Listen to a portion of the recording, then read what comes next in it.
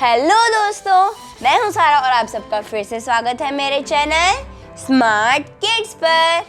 दोस्तों, आज मैं आई हूं लौह पुरुष का जीवन परिचय लेकर। जी हाँ दोस्तों, लौह पुरुष जिन्हें the iron man of India भी कहा जाता है, ये है सरदार वल्लभ भाई पटेल। दोस्तों, अगर आप हमारे चैनल पर पहली बार आए हैं तो हमारे चैनल को सब्सक्राइब कर दीजिए ऐसे ही एजुकेशनल कंटेंट्स के लिए।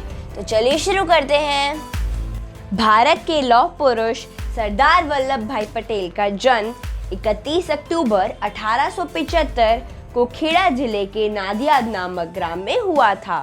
उनके पिता का नाम था झवेर भाई पटेल, जो कि एक किसान थे, और उनकी माता का नाम था लाड़बाई, जो कि एक साधारण महिला थी। पटेल बचपन से ही परिश्रमी थे। वह खेतों में अपने पिता की सहायता किया करते थे।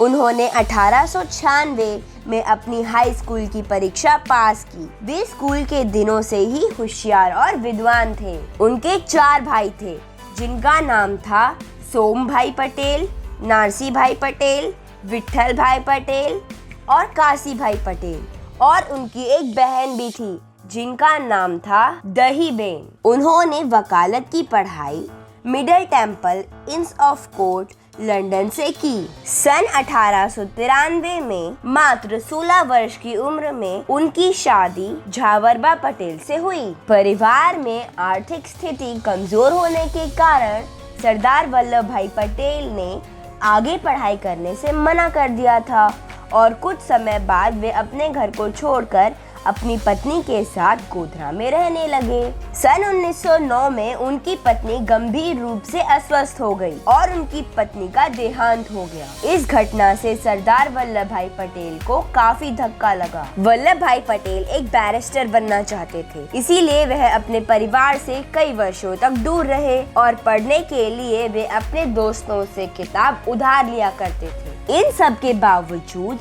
उन्होंने 36 वर्ष की उम्र में मिडिल टेम्पल इन लंदन से 36 महीने के बैरिस्टर के कोर्स को मात्र 30 महीने में पूरा कर लिया और बैरिस्टर की डिग्री प्राप्त करी। भारत वापस लौटने के बाद वे गोधरा में बैरिस्टर के रूप में प्रैक्टिस करने लग गए और जल्द ही उनकी प्रैक्टिस पूरी भी हो गई। सरदार वल्लभ भाई पटेल अहमदाबाद के प्रसिद्ध वकीलों में से एक थे और उन्हें आपराधिक मामलों को जीतने के लिए जाना जाता था। वैसे तो वो राजनीति में नहीं आना चाहते थे, परंतु उनके दोस्तों के आग्रह करने पर उन्होंने नगर पालिका के चुनावों को लड़ा और सन 1917 में उन्होंने जीत भी हासिल की। शुरुआती दौर में सरदार वल्लभ भाई पटेल गांधी जी के विचारधारा से संतुष्ट नहीं थे, परंतु जब गांधी जी ने किसानों के लिए नील क्रांति यानी इंडिगो रिवॉल्ट शुरू किया, तब सरदार वल्लभ भाई पटेल गांधी जी से काफी प्रभावित हुए।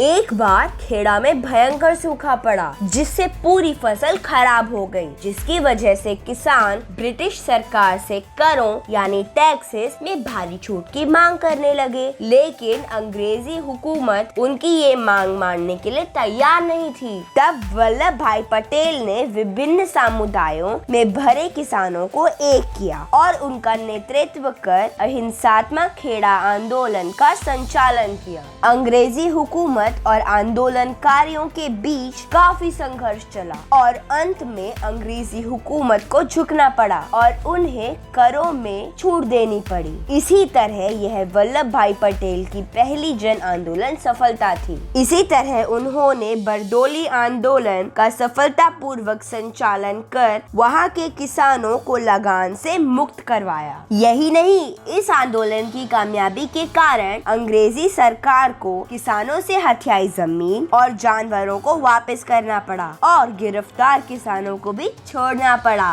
गांधी जी उनके लगातार 2 सफल जन आंदोलनों के कारण काफी प्रभावित हुए और वल्लभ भाई पटेल को सरदार की पदवी से सम्मानित किया, जिसके बाद वह सरदार वल्लभ भाई पटेल के नाम से प्रसिद्ध हुए। जलियांवाला बाग हत्याकांड के बाद जब गांधी जी ने असहयोग आंदोलन शुरू शुरू किया तब सरदार वल्लभ भाई पटेल ने महात्मा गांधी जी को संपूर्ण समर्थन देते हुए अपने सभी अंग्रेजी शैली के कपड़ों को फेंक दिया और खादी के वस्त्रों का प्रयोग करना शुरू कर दिया। सन 1920 में उन्हें गुजरात में कांग्रेस के अध्यक्ष के रूप में चुना गया। उन्हें 3 बार 1922, 1924 और 1927 को इस पद के लिए चुना गया और इस पद को 1945 तक अपने कार्यों से सुशोभित किया। सन 1940 के दशक में आजादी की गतिविधियां काफी तेज हो गई थी और अन्य क्रांतिकारियों के साथ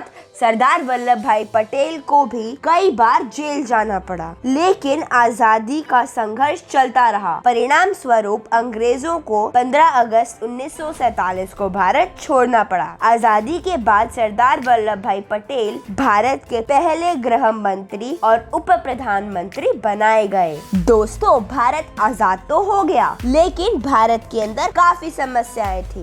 देश में 562 देसी ऐसी रियासतें थी जिन पर अंग्रेजी हुकूमत का कोई जोर नहीं चलता था, जिस कारण वे जो के त्यों छोड़कर वापस इंग्लैंड चले गए थे। फिर इस जोखिम भरे काम को सरदार वल्लभ भाई पटेल ने अपने हाथों में ले लिया। जल्द ही उनके अविश्वसनीय प्रयासों से लगभग सभी रियासतें भारत में शामिल होने के लिए राजी हो गई, परंतु जूनागढ़ का नवाब पाकिस्तान में शामिल होना चाहता था और हैदराबाद का निजाम हैदराबाद को एक नया स्वतंत्र देश बनाना चाहता था। लेकिन जूनागढ़ की जनता भारत में ही शामिल होना चाहती थी, जिस कारण सरदार वल्लभ भाई पटेल को जनता का साथ मिला और नवाब को अपनी जान बचाकर पाकिस्तान भागना पड़ा। भारत को आजादी मिले एक अरसा गुजर गया था, फिर भी हैदराबाद का निजाम भारत से अलग ही रहा। तब गंभीरता पूर्वक सोचते हुए सरदार वल्लभ भाई पटेल ने 13 सितंबर 1948 को हैदराबाद में सैन्य कार्यवाही करने का निर्णय लिया, जिसका नाम ऑपरेशन पोलो रखा गया। आखिरकार निजाम को भारत के सामने अपने घुटनों पर झुकना पड़ा। इस ऑपरेशन की सबसे खास बात यह थी कि इसे पूरा करने के लिए किसी भी व्यक्ति के रक्त की एक बूंद भी नहीं बही, जिसके कारण सरदार वल्लभ भाई पटेल को लौह पुरुष के रूप में जाना जाने लगा। 15 दिसंबर 1950 को उनका देहांत हार्ट अटैक के कारण हुआ। सरदार वल्लभ भाई पटेल का जन्म दिवस 31 अक्टूबर को राष्ट्रीय एकता दिवस के रूप में मनाया जाता है। वर्ष 2018 में सरदार वल्लभ भाई पटेल की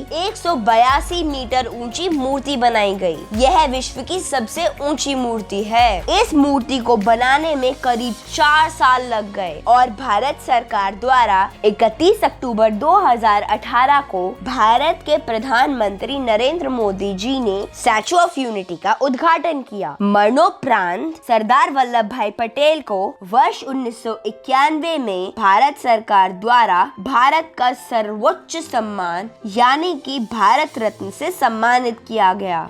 दोस्तों, आशा करती हूँ आपको लौह पुरुष का जीवन परिचय पसंद आया होगा।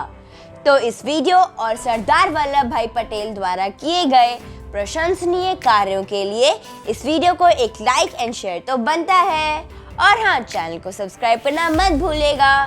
Thank you friends, bye bye.